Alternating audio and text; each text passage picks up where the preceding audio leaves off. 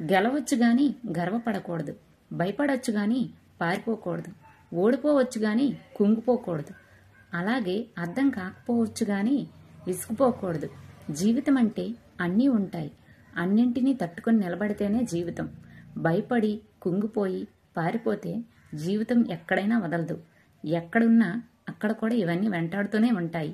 అందువలన జీవితంలో వచ్చేవన్నీ తట్టుకొని బతకాలి. రాతలు బాగుంటే నీతులు ఎన్నైనా చెప్పొచ్చు. గెలిచినవాడు ఏం చెప్పినా నీతులు నిజాయితీలు అంటారు. ఓడినవాడు ఏం చెప్పినా సోది అంటారు.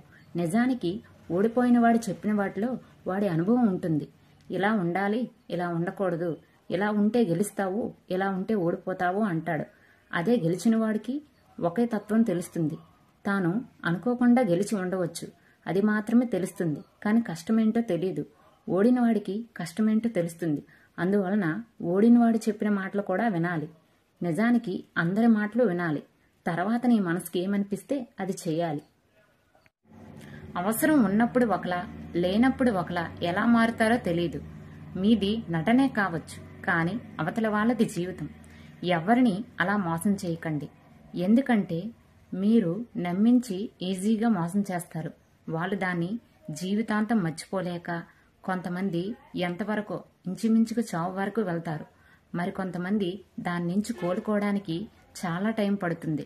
అందువలన మీకు నచ్చితే ఫ్రెండ్షిప్ చేయండి, లేదంటే వదిలేయండి. అంతేగాని మోసం చేయకండి. మోసం చేయడం ఏదో ఒకరోజు మీకు కూడా దేవుడు శిక్ష వేస్తాడు. కొంతమందికి గర్వం అహంకారము ఉంటాయి. ఉండడంలో తప్పులేదు. కానీ ఎప్పుడు చూపించాలో అప్పుడే చూపించాలి. ఎవరి మీద పడితే వాళ్ళ మీద, ఎప్పుడు పడితే అప్పుడు చూపిస్తే చివరికి మనకు మాట్లాడడానికి మనుషులే కరువవుతారు. గర్వం అహంకారం ప్రతి మనిషికి ఉండాలి. ఎందుకంటే నేనే అనే స్వభావం ప్రతి మనిషికి ఉంటుంది. దాన్ని మనకి అవతల వాళ్ళు విలువివ్వని క్షణంలో వాడాలి. మిగతా క్షణంలో నార్మల్గా ఉండాలి.